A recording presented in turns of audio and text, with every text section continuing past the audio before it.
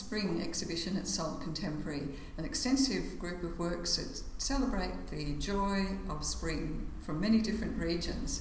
The first artist I'd like to talk about is Patrick Mungmung. Patrick is a wonderfully senior artist from the community of Warman and in the Kimberley. He paints in these wonderfully soft ochres, and he paints the Bunalulu. Next to Patrick is one of the youngest artists in the exhibition, Kathleen Namana Rambler, who comes from the community of Umbladawitch in the Eastern Desert, and that community decided as a community style to paint the landscape, or as they describe it, the country on which the dreaming stories sit.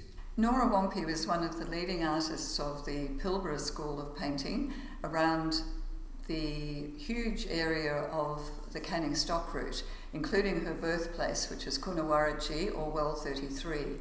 One of the things that Nora was most noted for is her use of white in her paintings, where she has a wonderful overlaying of this colour which represents the salt pans in the country and the way that they mask the underlying images beneath.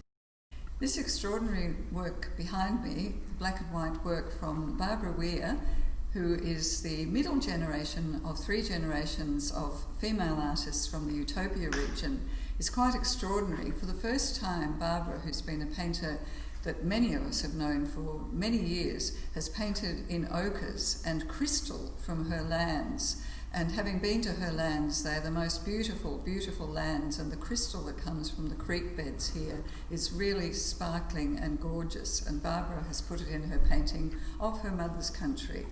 Her daughter, Charmaine Puller, who paints the stories of her grandmother, the late Minnie Puller, has a beautiful red work in this exhibition, and it shows the bushmelons and the women's ceremonies that they perform basically at the start of spring to breathe life and renewal into the lands.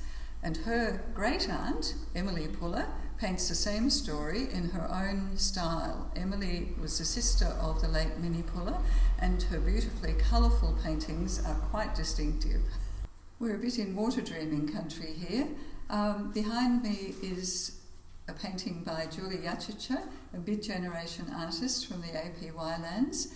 Julie was born in the waters of the Indulkina Creek, which is next to a large soakage area around which the whole community was formed. And she paints the creek and all the waters in her country, the travelling lines that the women would make when they went from waterhole to waterhole, and her work has a wonderful softness and richness. Next to Julie is a beautiful sculpture by Owen Nilanja. Owen's a senior artist from Maningrida in Arnhem Land. He paints the stories that his father, Crusoe Kanungbal, told him, and which he represents in sculptural form of the York female figures who live in the billabongs of his country.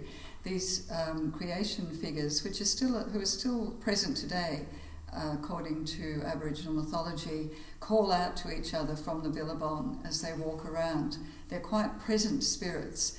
And Owen's work is distinguished for an incredibly fine imagery. He does these beautiful, beautiful fine dots. They're like rain, very fine rain falling down. Quite a special work. These amazing fibre and paperbark sculptures are by a senior artist from Maningrida called Jack Noel. Jack is a songman, cultural leader and dancer, and he makes these truly extraordinary, unique objects, which he says are like ceremonial morning star poles, but they aren't. They're his own design, but they're of a very, very ancient story, and they all have a unique story of the journeys of the ancestors from Elcho Island, off Arnhem Land, through to Arnhem Land. And they have very specific stories. There are stories, for example, the black and white work is a story of an object that represents food, and the food is the yam, which is both a ceremonial usage and also for food. There is a women's star pole, woman's pole, which represents the journeys of the female ancestors, and the one with the most feathers on it is the pine tree. And this is part of a men's initiation ceremony in which is both secular and sacred. And Jack says that they are very much his designs. They are based on traditional objects and traditional, very sacred material, but he has made them secular by the use of his designs. He won the 2013 award in the Telstra National Aboriginal and Torres Strait Islander Art Awards with one of these poles, and we were fortunate enough to be there and meet him, and he's a wonderful man who does truly individual and unique sculptures, so we're thrilled to have these three works to show in this exhibition. The bark paintings in the exhibition are two of them, both from East Arnhem Land, Buku Larangai Mulka. One by Dwapanda is about the story of Yachtycha, the homeland where she lives, and it is flooded every year with enormous amounts of flood water, which then, when they're dry, the earth dries out and cracks in the earth appear. Out of these cracks are springs that emerge, and the springs were formed by two ancestral sisters who dug their digging sticks into the earth to create the springs. And in springtime, the birds flock around to these springs. The other bark artist, award-winning artist from northeast Arnhem Land, has a wonderful metaphysical quality to his work. He has an analogy with the mullet fish that swim upstream, go from river to the oceans, and the destiny of all things. We're fortunate to have a work by the late great water dreaming painter, Shorty Robinson. Shorty was a painter who worked at Wollagalang Artists in Yuendamu. He came to painting reasonably late in life, and his work was always fresh and vibrant, and it depicts the story of water and how water was created in his country, which is in the Western Desert, but a giant eagle that picked up the storm and dropped it in a particular place to make a lake. From the same art centre, an artist called Stephen Juparula Nelson.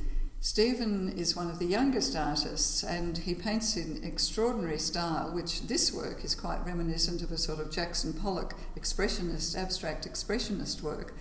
Stephen worked in the art centre at Wollagalang Artists for a number of years before he started painting, and when he did, his paintings have an extraordinary freshness and vibrancy. No two of his works are the same. His story is the brush-tailed possum and the journeys of the possum, which is a nocturnal animal, a very well-known story in the area, but he interprets it in his own unique, inimitable style.